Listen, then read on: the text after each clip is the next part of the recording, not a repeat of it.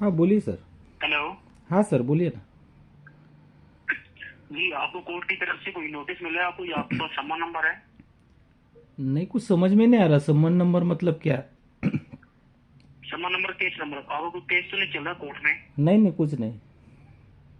Okay sir, अगर आपको कोई केस नहीं चल रहा है तो फिर आप मुझे अपना नाम बताइए, मैं सिस्टम में चेक करके आपको जानकारी दूँ किस रिकॉर्डिंग कॉल की है आपको। क्या नाम? हाँ, नाम क्या है आपका? शुभ नाम बताइए अपना। श्रीपाद। सॉरी? श्रीपाल। श्रीपाल। हाँ श्रीपाल देश। PAL। हाँ श्रीपाल देशपांडे।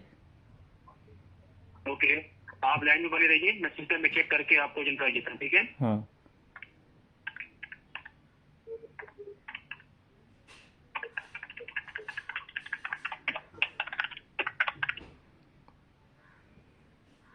हेलो। हाँ यहाँ पे आपके नाम से एक समन शो हो रहा है। समन के अंदर एक मोबाइल नंबर है 750 हाँ 357 5125। हाँ। जो नंबर है, इस नंबर से टेक्स्ट मैसेज किए जा रहे हैं पब्लिक को हरासमेंट और फ्रॉड के, और अच्छा, बहुत से लोगों ने इस नंबर पे कंप्लेंट दर्ज कराई है। क्या ये नंबर आपका है 750 वाला? नहीं नहीं। एक और नंबर हमारे सिस्टम में शो हो रहा है, ये नंबर आपके 9689934162। ये नंबर किसके हैं? हाँ ये मेरा है। जी, आप कह रहे हैं कि ये नंबर मेरा है और वो नंबर मेरा नहीं है, पर ये दोनों नंबर आपके नाम पे रजिस्टर है। हाँ और ये जो नंबर है 750 वाला, ये नंबर रजिस्टर हुआ है Pawan telecom, shop number 897, electrical market, Lal Qila, Delhi. हाँ। 10 अक्टूबर 2024 को दिल्ली से लिया गया था। आप इस डेट को कहाँ पे थे? दिल्ली में थे आप? नहीं नहीं, मैं पूना में रहता हूँ सर। अच्छा, आप पूना में रहते। क्या करते हैं पूना में आप? पूना में मजदूरी करता हूँ सर। अच्छा, मजदूरी करते हैं आप। हाँ चलिए ठीक है, ओके, मैं आपको दोबारा कॉल करता हूँ। ओके। हाँ हाँ, ठीक है ठीक है।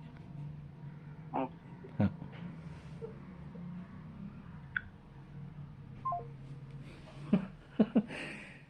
बघितलं, हा व्हिडिओ फेक होता. मी माझं नाव श्रीपाल देशपांडे सांगितलं, श्रीपाल देशपांडे. फेक नंबर होता. सगळ्यात महत्त्वाचं, असे कॉल केले जातात, हॅरेस केले जातं, लोक बरेचसे घाबरतात. आता माझ्या नावाचा नंबर त्यांनी बरोबर सांगितलं, मला फोन आला आहे, मेसेज आला आहे.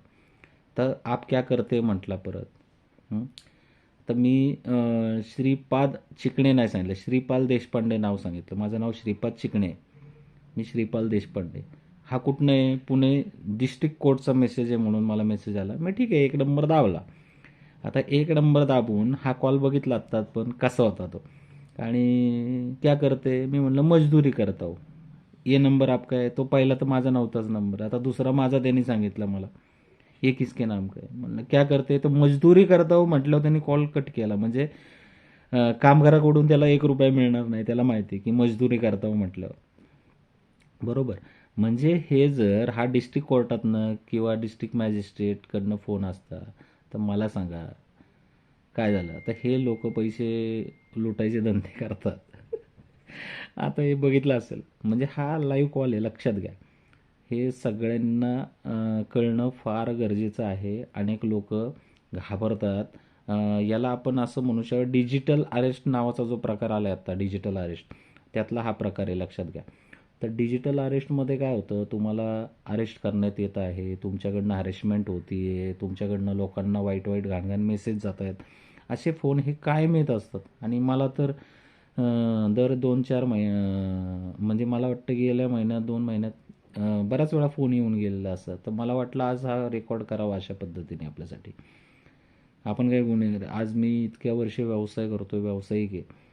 सगळ्यात महत्त्वाचं, ह्या पद्धतीने जे अनेक लोकांना कॉल येत आहेत. आता डिजिटल अरेस्ट म्हणून काढली की तुम्हाला अरेस्ट करण्यात येत आहे, तुमचं अकाउंट परत अकाउंट तुमचं क्लोज करण्यात येणार आहे, पुढच्या 2 तासात तुमचं अकाउंट सगळे क्लोज होणार आहेत, अनयुज्युअल ट्रान्झॅक्शन दिसत आहेत. मग बरंच काही काही काही काही लोकांना वेगवेगळ्या पद्धतीने फसवण्याची आत्ता, गंडी घालण्याचे आत्ता प्रयत्न होत आहेत. तर डिजिटल अरेस्टचा हा फार मोठा प्रकार आहे. आणि हा व्हिडिओ खरोखर सर्वांनी बघा, सर्वांनी ऐका, कशा पद्धतीने हे फसवतात लोक. आणि कुठेही मी वाद घातला नाही, भांडलो नाही त्या माणसाची, फक्त मला काढून घ्यायचे, काय करत आहेत बघा तुम्ही.